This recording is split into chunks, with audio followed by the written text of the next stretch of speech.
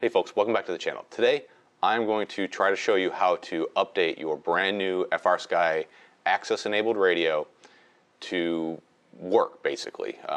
These radios come out of the box pretty much unable to do just about anything other than bind with an ACCESS enabled receiver.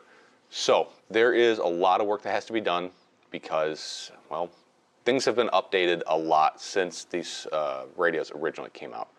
I'm going to do it today for the X9 S. This is a radio I have on hand. This radio is back to basically bone stock, and I'm going to walk you through this procedure. Now, this is going to get outdated at some point, but the process should remain basically the same. I did a video way back, probably about a year ago, on how to update the older radios, and a lot of that still rings true. There's little nuances that are different, but in the end, the result is basically the same. These ACCESS radios have a lot more going on, so there are other things that we need to deal with. So let's get started. First things first, I have my X9 S here, and we can check which version of firmware we have on it by powering it on.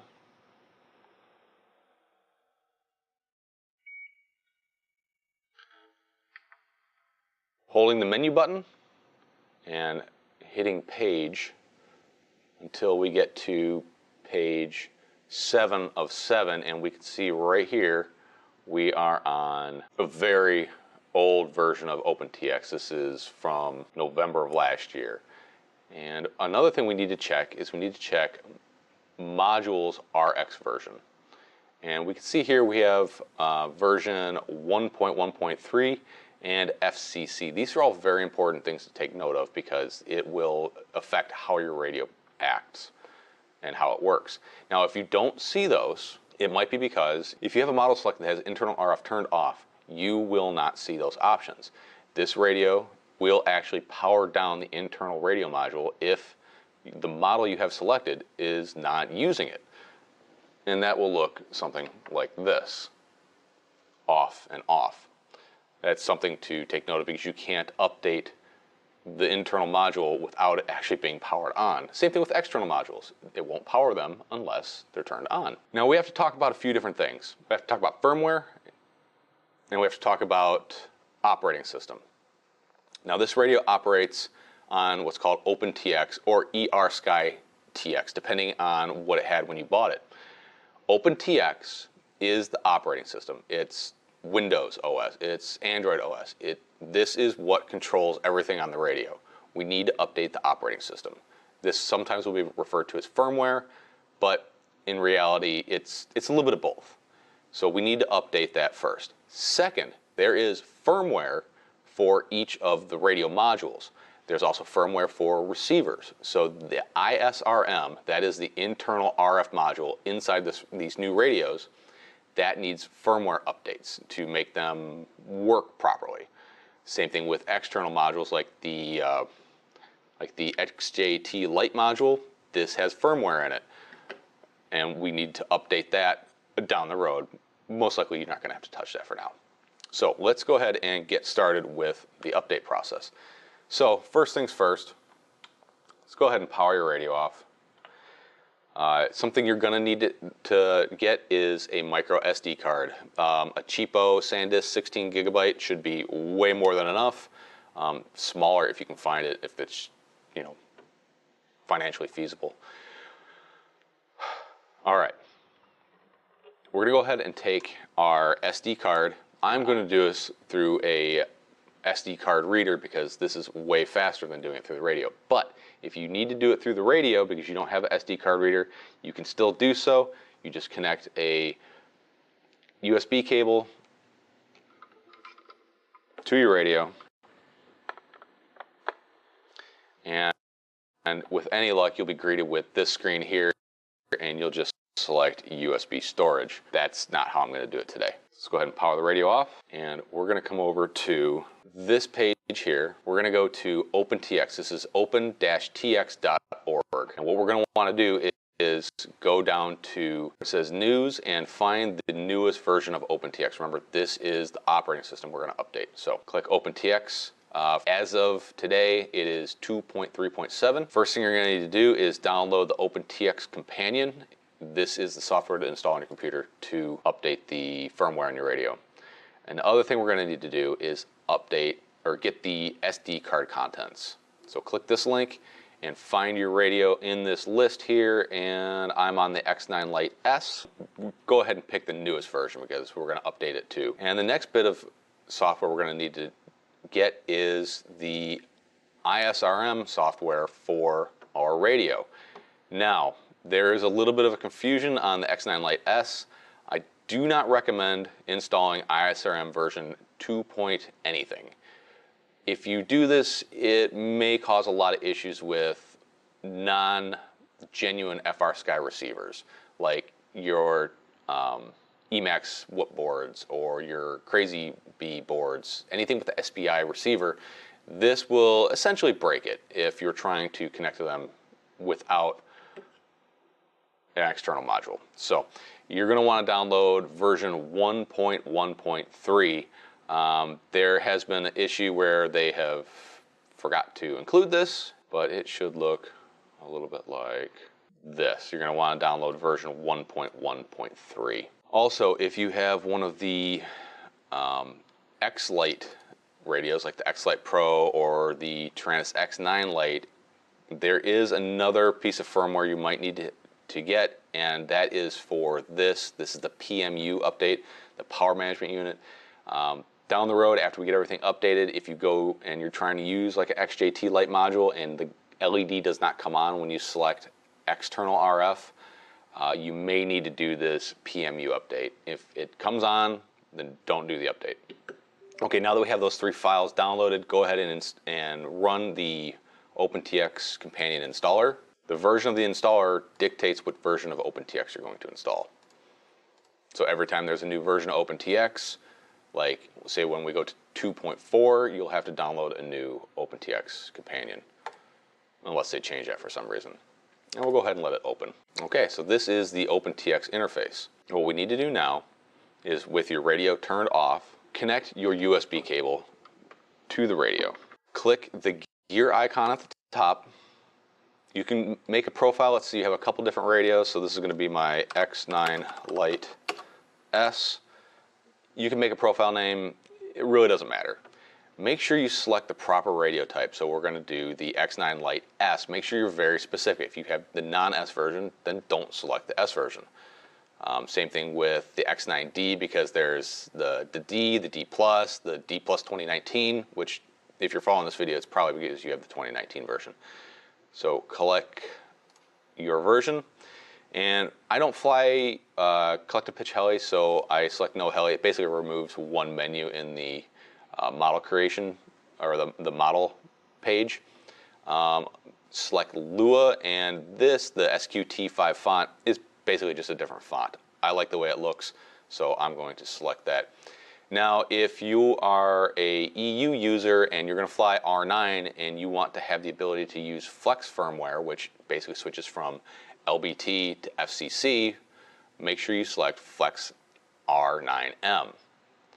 And make sure you know what you're doing based on your country's laws of communications. So that's that. You can set up your own splash screen if you want, but that's all advanced stuff, and we're not going to talk about that today. And make sure you have your default stick mode selected. I'm mode 2, so that's what I'm going to select. Go ahead and click OK. Now, go to the little down arrow at the top, where it says download, and click check for updates. It's going to say this version has never been downloaded before, and it's available. Do you want to download it now? Now be careful, if you select no, it may ask you, do you want to ignore this? Make sure you don't select yes, because you may have difficulty coming back to getting the firmware you want. So let's go ahead and click release notes. This usually doesn't work, and it still doesn't work. Go ahead and select yes, I want to download this version, and go ahead and find a place where you can remember where it's at. So click save.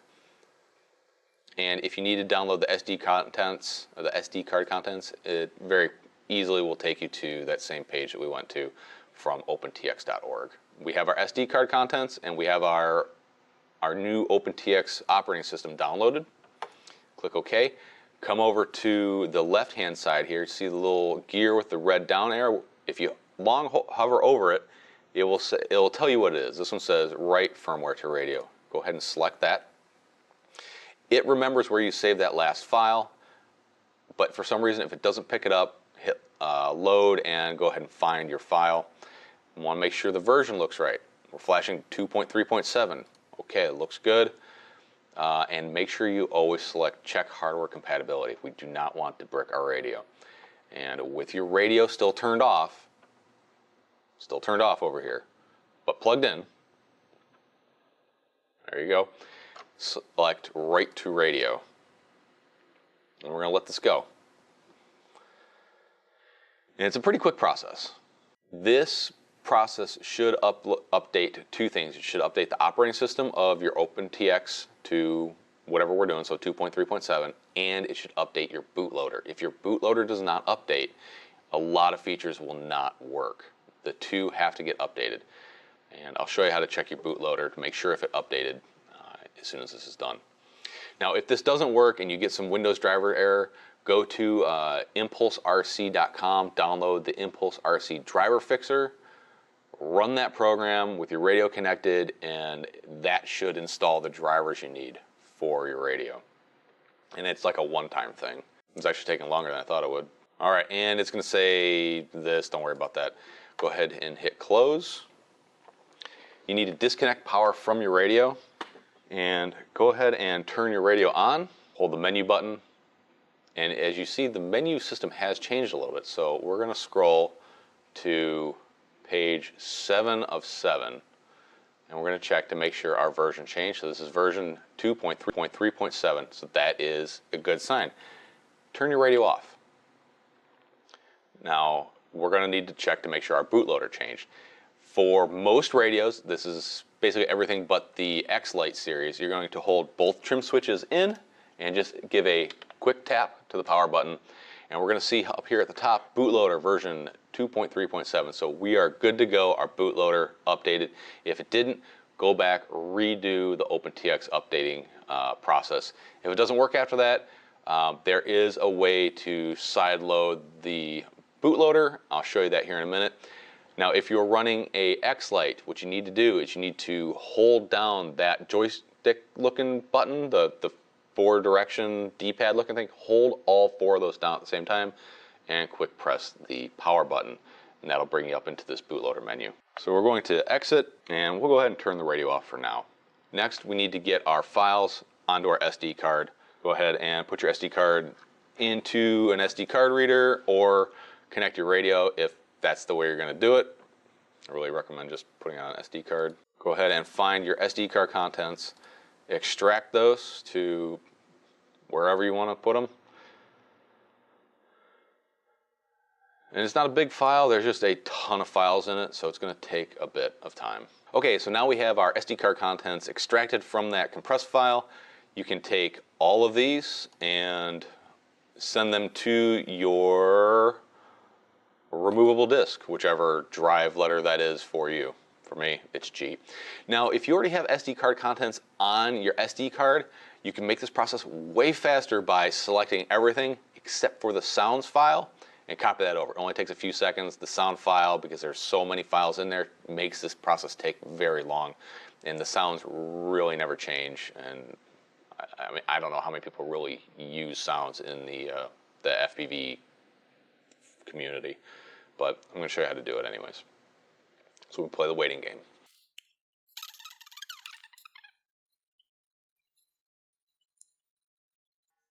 There we go. All right, so that is all the SD card contents copied to my SD card. We can take that out, stick it in the radio here. Contacts go up. And you got to have some nails to kind of get it up in there. Go ahead and turn it on, and you shouldn't receive any warnings. If you see a warning that says SD card contents error, it's probably you download the wrong one. So that's that. Now let me show you how to do that if... So we connected our radio, and we're going to select the USB storage option. When you connect it to your computer through the radio, you'll have two new drives show up. One will say basically USB drive, and the other one will say Tyrannus. Don't mess with the Tyrannus one. That is internal storage that's on your Tyrannus. That's where it stores all your models and some of the EEPROM data, things like that. We're not going to mess with that. It's USB drive, same deal. Copy your contents to it, close your window, turn off the radio. No big deal there.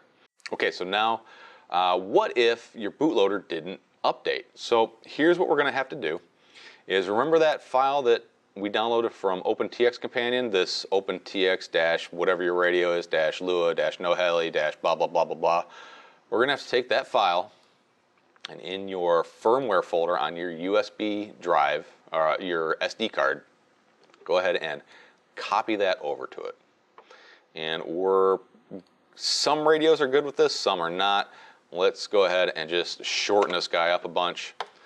And that's that. Go ahead and close that part. Go ahead and disconnect your radio. Turn it off. Get into your bootloader menu. So remember, hold your trim switches and tap your power button. We're going to go over to write firmware, and we should see that file that we copied in there that says whatever.bin. Try to make it a short file or something you remember, like flash me firmware bin. Press your enter button and then long hold, and it will write the new bootloader. So there's a couple different ways to skin this cat, and this is the long about way, but this is how you do it. Writing complete. Press your enter button and select exit. Welcome to OpenTx. Radio should boot right up.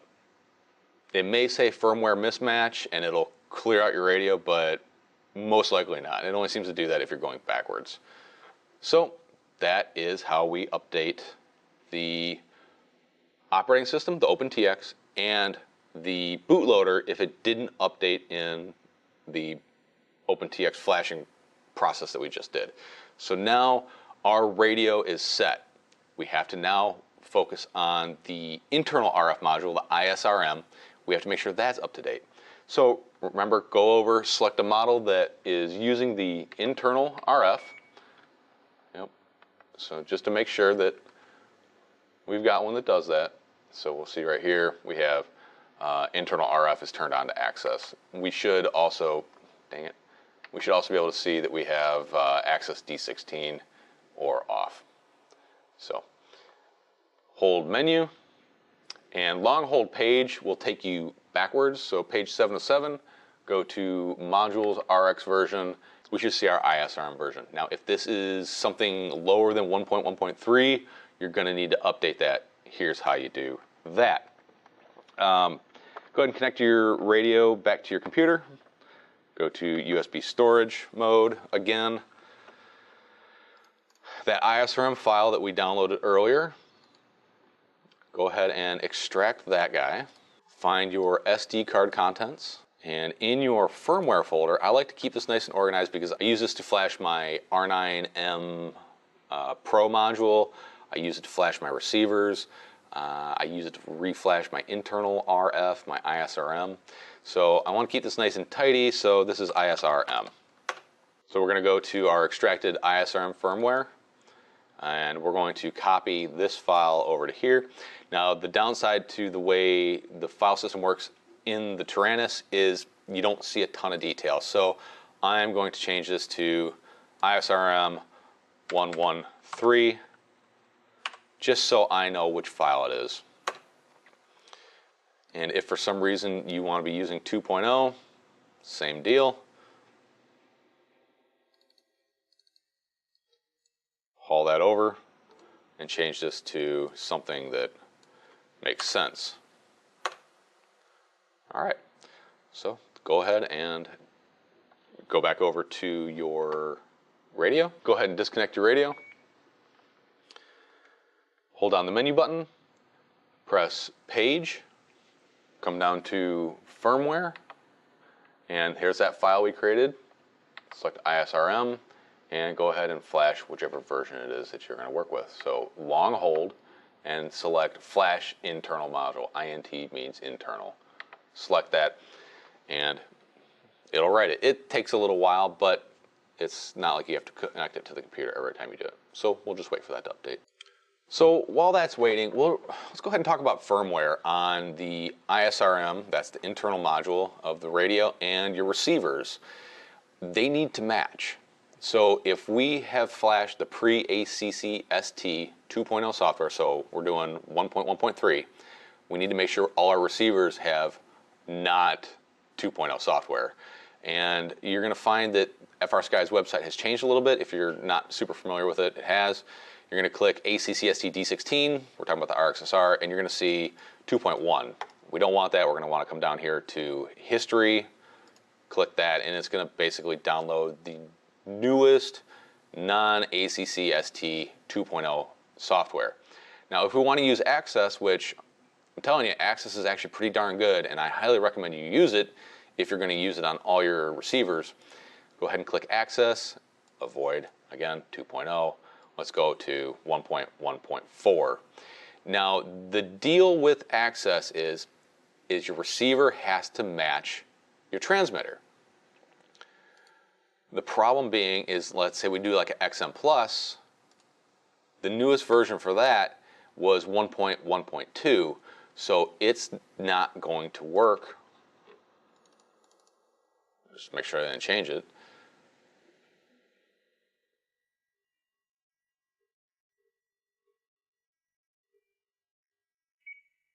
Wow, they've actually removed Access for XM Plus. Okay, so no worries there. XM Plus has to be bound in ACCSD D16. It no longer does Access. There was an issue where the Access firmware didn't go up high enough for the XM Plus, so every time you switch between an Access RxSR with new firmware and the XM Plus with new Access firmware, you had to reflash the ISRM. And I know I'm losing people with the jumble alphabet soup that I just spit out. Sorry about that. If you have questions, please hit me up. Instagram, Facebook, Discord, really good place. I help people out all the time with this stuff, and we'll get you straightened out. Okay, so now that our radio is flashed, you'll see over here that it says flash successful. Hopefully that's what you see. Go ahead and select OK. We'll exit that. Menu, long hold page, check firmware module RX version, and we should see that we have our new version on there. I know it didn't change on mine because I already had this one, but that's what would happen.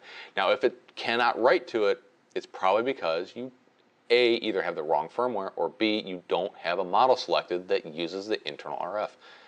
Again, this radio's pretty darn smart. It knows where to save power on each end. That is about it. So now if you want to bind to an access-enabled receiver, you would just bind through this. At first, you would actually register. So you'd hold the receiver button, connect power, hit register. It'll recognize your receiver, disconnect power from the quad, exit the register, go down to receiver, hit bind, connect the power to the receiver. You don't have to hold the button this time. It'll see that receiver, and you'll be good to go. Now, if you're going to use it in ACCS D16 mode, let's say you're trying to connect to a SPI board like the Tiny Hawk or the Happy Model boards, you're going to need to select Frsky X instead of D in the Betaflight setup. But I have another video. I'll put a link over on how to do that. You're going to have to select ACCSD D16, bind like you normally would on an older radio if you're familiar with that process. Same deal. Hold down the bind button on the receiver, plug in power, let go of the bind button, select bind, then you should be good to go. All right, folks, thanks for sticking this one out. I know this is a bit of a slog. I hope this helps you out. Remember, these steps are pretty universal between all the new Access radios. Even the non-Access radios, this is still how you update OpenTx. It's the same way you update the internal RF modules on those, the XJT modules, except for you're just picking different files. But it should be all the same. I'm really happy that you stuck with this. If you're still here, you're a trooper. If you're still having issues after this, go ahead and hit me up. I am more than happy to help you out. I've been pretty successful. I've helped out a lot of people to date, especially over on Discord. YouTube comments are a terrible place to go through this. please hit me up on Discord. And in there, you can look through the history of all the other people that I've helped, and maybe you can get it figured out without ever asking a question. I also have a repository of a lot of the firmwares out there and ISRM updates. There's also a mode switching Lua script, which will allow you to switch your radio from LBT to FCC mode. This radio is definitely locked to that. If you're trying to bind a FCC receiver and you have a LBT radio, it will not work. This thing is smart enough to figure that out, and you'll need to change it manually. It's how Frsky is getting around regional communication standards, and they're doing the right thing, and that's how you're supposed to do it. And remember, D8 is illegal pretty much everywhere but the US. Unless your country uses FCC communications, D8 is not authorized. I'm sure there's edge cases, but just remember that. This is something we've had to do since day one with the Tyrannus. If you lived in the EU, you've had to flash FCC firmware to the radio. All right, folks, thanks for stopping by. Thanks for checking this out. If I've helped you out at all, please consider heading over to Patreon and showing me some support over there. I have tiers starting as low as $2. I do monthly giveaways for frames, electronics, motors, you name it. I'm always doing giveaways, and I love giving back to the community. If you have any other questions or comments, please put them down in the description below. All right, guys. Talk to you later. Bye.